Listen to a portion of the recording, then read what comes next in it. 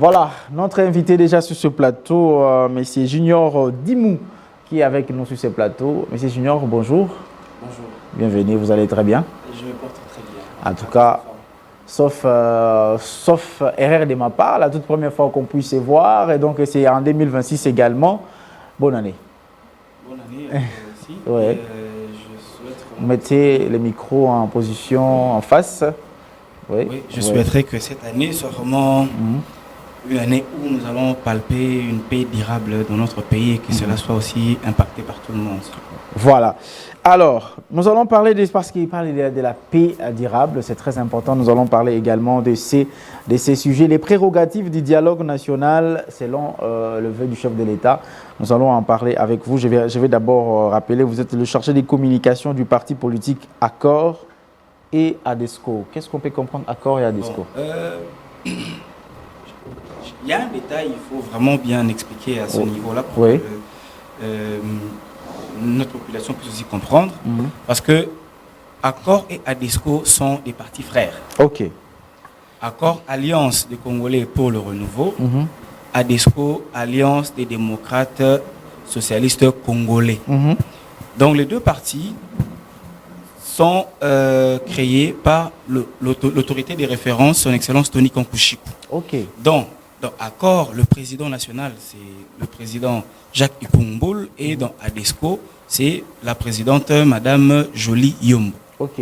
Donc le secrétaire général dans Accord, c'est le secrétaire général Gustave Ekimwenza, et dans ADESCO, c'est le secrétaire général Dan Marshall Moubenga. Tous les deux partis prônent sont des socialistes démocrates. Et ce sont des partis qui sont des partis fils de l'UDPS.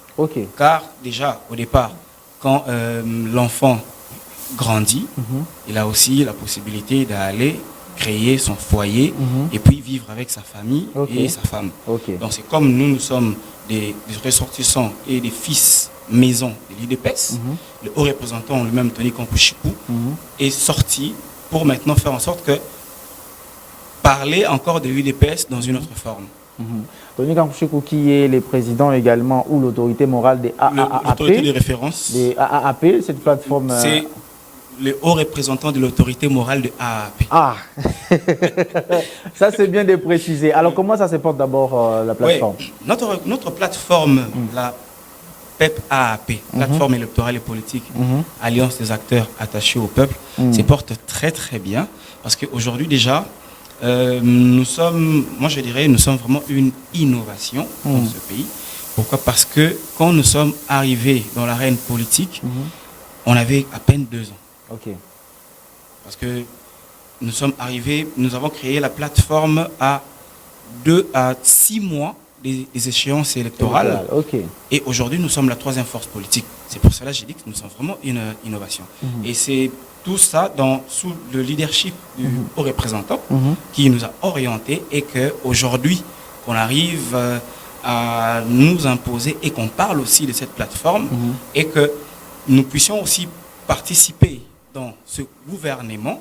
Et aujourd'hui, nous avons 4 ministères. Le ministère de l'économie, le ministère du portefeuille, le ministère de l'environnement et le ministère des mines. Donc, dans tous ces 4 ministères, vous allez voir que ce sont toujours les mêmes personnes, les mêmes acteurs qui sont en train d'accompagner les chefs de l'État avec toute aussi loyauté. Alors, parlons de loyauté parce que vous avez sorti ces mots-là. L'autre haute autorité ou haute personnalité, comme vous le dites, est toujours constant. Qu'est-ce qui est dû à cette constance-là, à sa loyauté envers le chef de l'État? La redevabilité, amour tout simplement? Bon, je dirais une chose que les gens cherchent. Micro. Une chose que l'opinion cherche aussi à comprendre, parce que lui-même l'a déjà dit, loin d'être les frères du chef de l'État, pour lui déjà, être loyal, discipliné et efficace, c'est une valeur morale. C'est ce qu'il a aussi inculqué en nous ses élèves. Donc nous sommes en train de marcher avec lui de toute loyauté, comme lui aussi le prouve au chef de l'État. Ce n'est pas seulement parce qu'il est en train de le faire parce qu'il est rédévable, soit le chef d'État est en train de le faire parce qu'il est rédévable, non.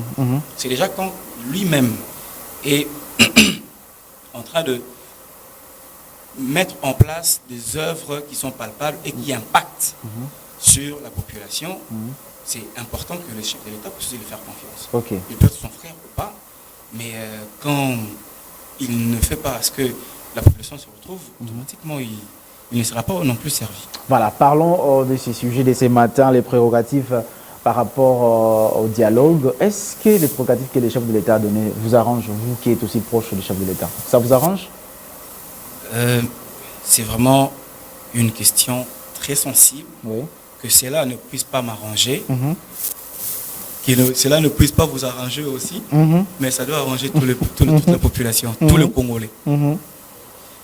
Notre pays est déchiré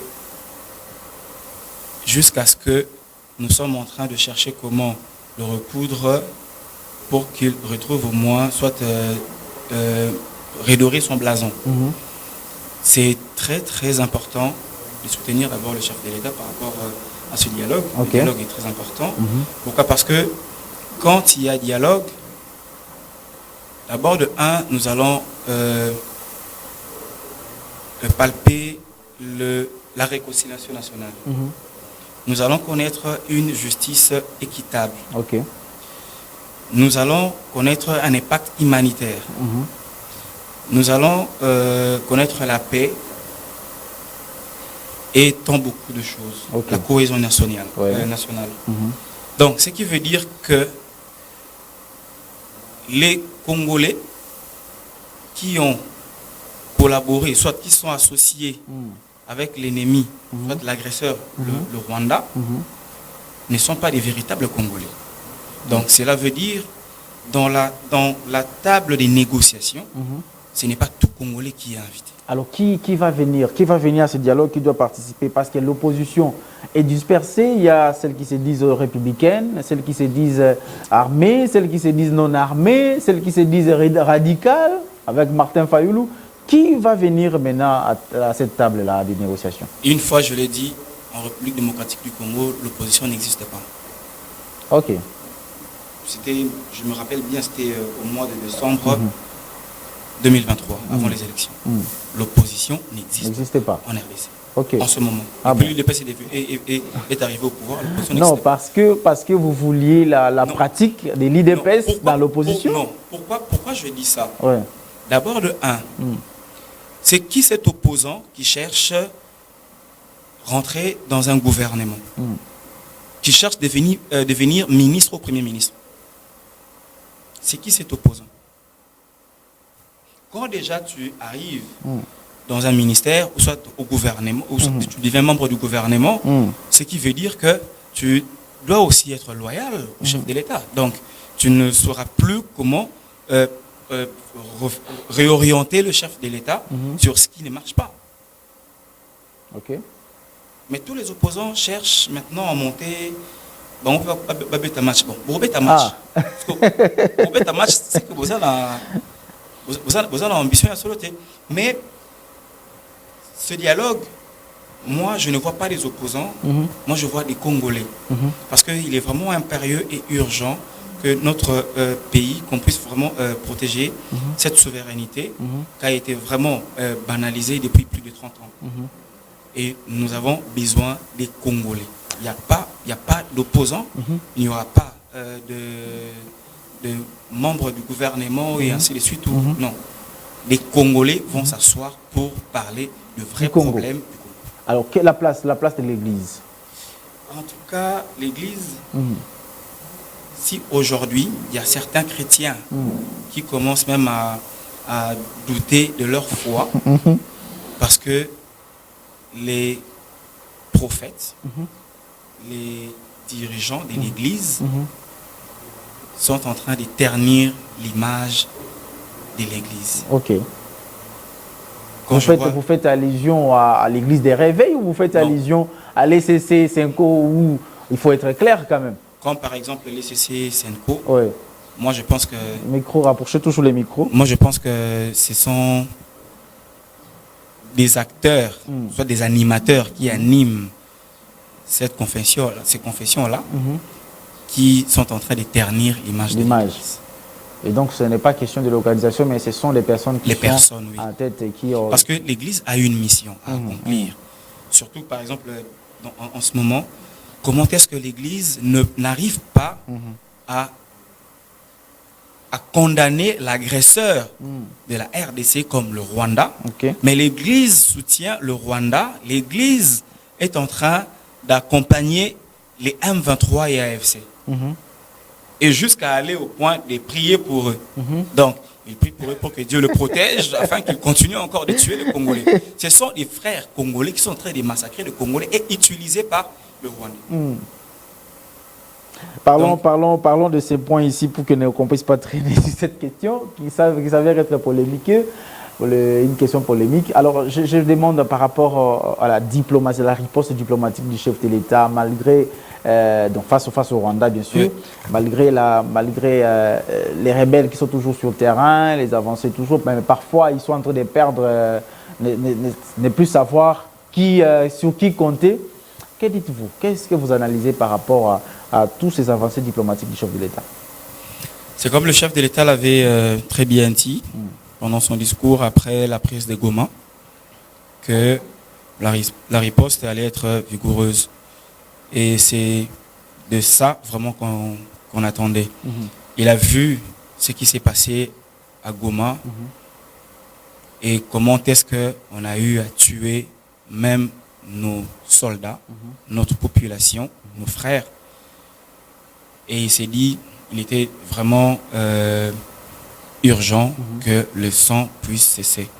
Il a maintenant cherché à prendre la partie, soit des démarches diplomatiques, pour faire en sorte que faire taire les armes et que le sang ne puisse plus couler en RDC. Et ces avancées, nous avons tous vu comment est-ce que nous avons eu à signer l'accord de paix avec les États-Unis. Et partout au monde, tout membre ou cet pays sera toujours flatté de signer un accord comme le nôtre avec les États-Unis. Parce que les États-Unis sont vraiment des partenaires fiables. Et avec le chef de l'État, arrivé jusqu'à ce point pour gagner cet accord et qui fait en sorte que notre pays, qu'on arrive en sorte que même les armes qui puissent taire au niveau de la partie est, de la partie orientale de la RDC, c'est vraiment une chose à féliciter et à acclamer. C'est pour cela, moi je l'ai toujours dit, nous sommes vraiment obligés de rester aussi loyaux envers le chef de l'État, parce que notre pays qui a été déchiré depuis très longtemps, aujourd'hui est en train de se retrouver dans des grands salons mondiaux, ce qui fait que nous devons aussi l'applaudir et l'accompagner. L'applaudir, oui, la diplomatie, oui, mais il faudrait aussi que quand même, parce que ce sont nos territoires qui sont occupés, il faudrait quand même aussi combattre. Selon vous, comment vous évaluez les efforts de l'armée pour contraindre l'ennemi? L'armée, notre armée, nous avons vu comment est-ce que notre armée a remonté en puissance. L'armée que nous avons connue en 2019, ce n'est pas la même armée que nous avons aujourd'hui en 2026.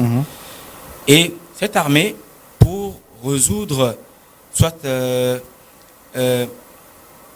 repousser l'ennemi jusqu'à l'extrémité, notre armée est vraiment forte.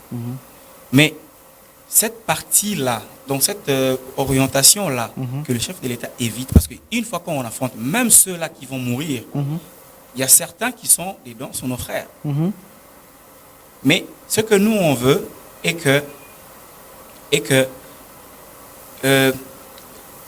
ceux qui sont coupables soient jugés et condamnés. Mais nous avons pris le chemin de négociation et nous avons accepté, mais nous n'allons pas négocier avec n'importe qui. Voilà. Vous êtes jeune, communicateur. Moi, j'aimerais quand même vous regarder cette caméra-là. Là, vous allez faire... J'aimerais que vous fassiez un message, mais que ça soit en lingala.